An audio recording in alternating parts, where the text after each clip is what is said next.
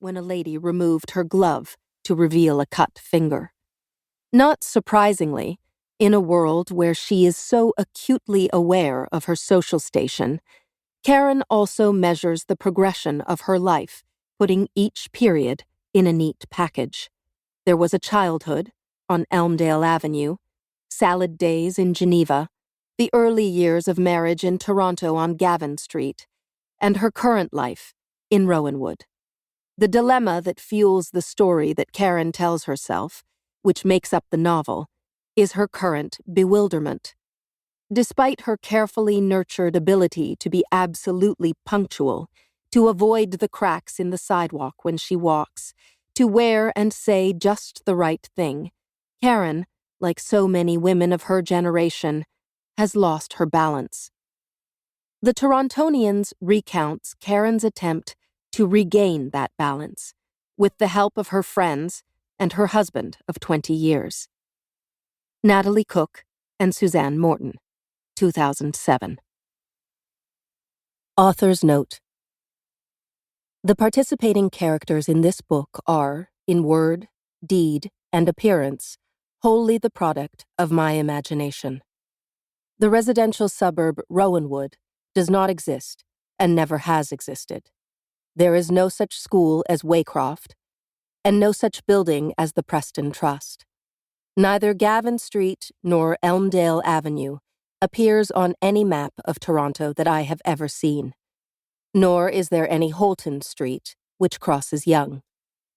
Geneva, as I present to you, is geographically precise. Its streets, its hotels, and its restaurants are there for you to visit. As with Toronto, the names of public figures, of actual periodicals, of stores and buildings have been used as an outer framework of fact for an inner core of fiction. PBY. 1.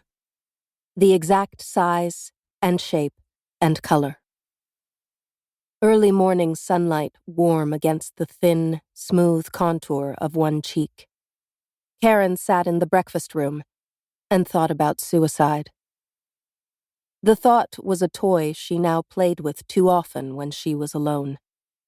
But it fitted in size and shape and color into the appalling emptiness inside her.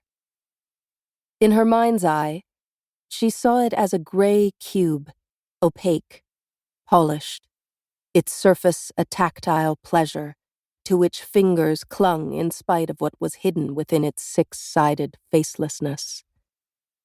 A child's block, fashioned in hell, with no need for any outer marking.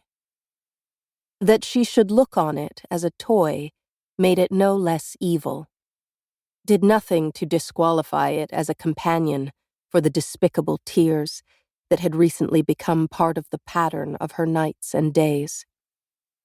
So far, she had been able to confine the tears to those times when she was by herself.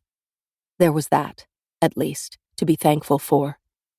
So far, she had not wept in front of anybody else, not even Rick.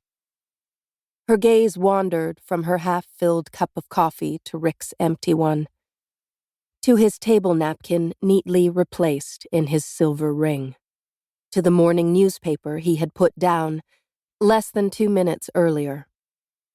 Breakfast had been very pleasant. As long as Rick was actually with her, she could keep her perspective fairly straight, even though, or rather because, they had had 21 years together. Rick, unlike herself, had no private devils, no frustrations with which he was incapable of dealing.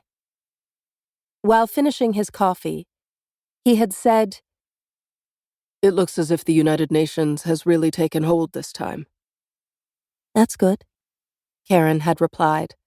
But what the United Nations did or did not do was only another facet of a civilization that now struck her as completely futile. She thought of the question children had asked one another when she was small. If you could push a button and end the world, would you do it? At 10 years of age, she had cried, "No, never!" Now she felt she might quite easily push the button.